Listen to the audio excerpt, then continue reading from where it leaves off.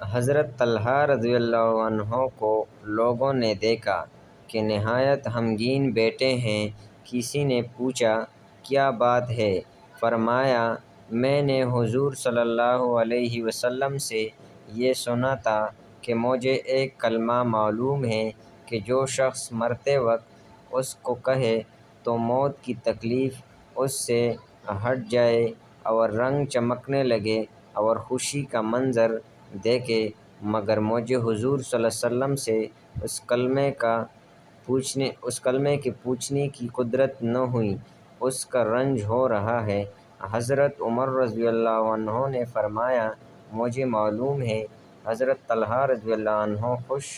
ہو کر کہنے لگے کیا ہے؟ حضرت عمر رضی اللہ عنہ نے فرمایا ہمیں معلوم ہے کہ کوئی کلمہ اس سے بڑا ہوا نہیں جس کو حضور صلی اللہ علیہ وسلم نے اپنے چاچا ابو طالب پر پیش کیا تھا،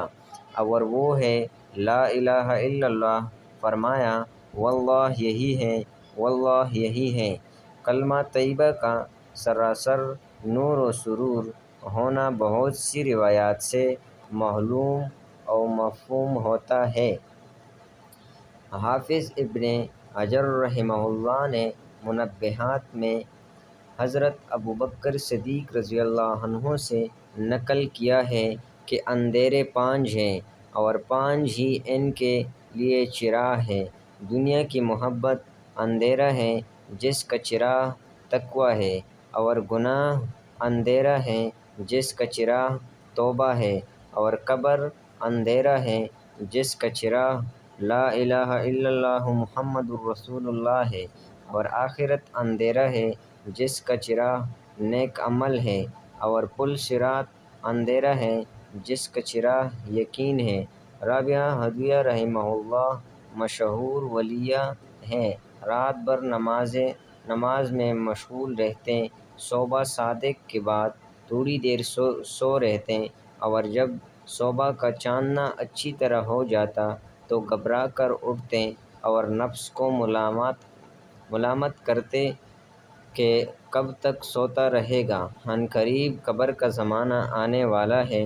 جس میں سور بھونکنے تک سونا ہی ہوگا۔ جب انتقال کا وقت قریب ہوا تو ایک خادمہ کو وصیت فرمائی کہ یہ اونی گدڑی جس کو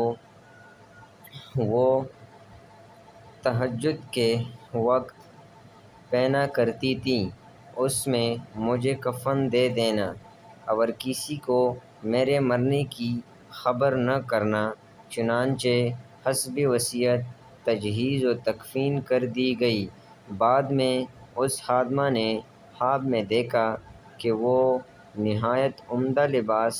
پہنے ہوئی ہیں۔ اس نے دریافت کیا کہ وہ آپ کی گدڑی کیا ہوئی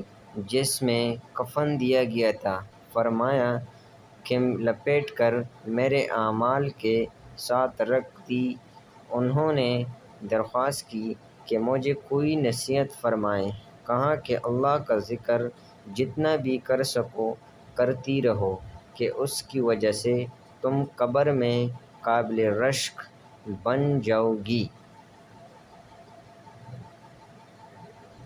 حضور اقدس صلی اللہ علیہ وسلم کی خدمت میں ایک شخص گاؤں کا رہنے والا آیا جو ریشمی جبہ پہن رہا تھا اور اس کے کناروں پر دبہ کی گونٹ تھی۔ صحابہ رضی اللہ عنہم اجمعین سے خطاب کر کے کہنے لگا کہ تمہارے ساتھی محمد صلی اللہ علیہ وسلم یہ چاہتے ہیں کہ ہر چرواہے بکری چرانے والے اور چرواہے زادے کو بڑھا دیں اور شاہسوار اور شاہ سواروں کی اولاد کو گرا دیں۔ حضور صلی اللہ علیہ وسلم ناراضگی سے اٹھے اور اس کے کپڑوں کو گریبان سے پکڑ کر ذرا کھینچا اور ارشاد فرمایا کہ تو ہی بتا تو بیوقوفوں کے سے کپڑے نہیں پہن رہا ہے؟ پیر اپنی جگہ واپس آ کر تشریف فرما ہوئے اور ارشاد فرمایا کہ حضرت نوح علیہ نبینا و علیہ الصلوۃ والسلام کا جب انتقال ہونے لگا تو اپنے دونوں صاحبزادوں کو بلایا اور ارشاد فرمایا کہ میں نے کہ میں تمہیں آخری وصیت کرتا ہوں جس میں 2 چیزوں سے رکتا ہوں اور 2 چیزوں کا حکم کرتا ہوں جن سے رکتا ہوں، ایک شرک ہے، دوسرا تکبر، اور جن چیزوں کا حکم کرتا ہوں ایک لا الہ الا اللہ ہے کہ تمام آسمان و زمین اور جو کچھ ان میں ہیں اگر سب ایک پلڑے میں رکھ دیا جائے اور دوسرے میں اخلاص سے کہا ہوا لا الہ الا اللہ رکھ دیا جائے تو وہی پلڑا جھک جائے گا، اور اگر تمام آسمان و زمین اور جو کچھ ان میں ہے ایک حلقہ بنا کر اس پاک کلمہ کو اس پر رکھ دیا جائے تو وہ وزن سے ٹوٹ جائے، اور دوسری چیز جس کا حکم کرتا ہوں وہ سبحان اللہ و بحمدہ ہے کہ 2 لفظ ہر مخلوق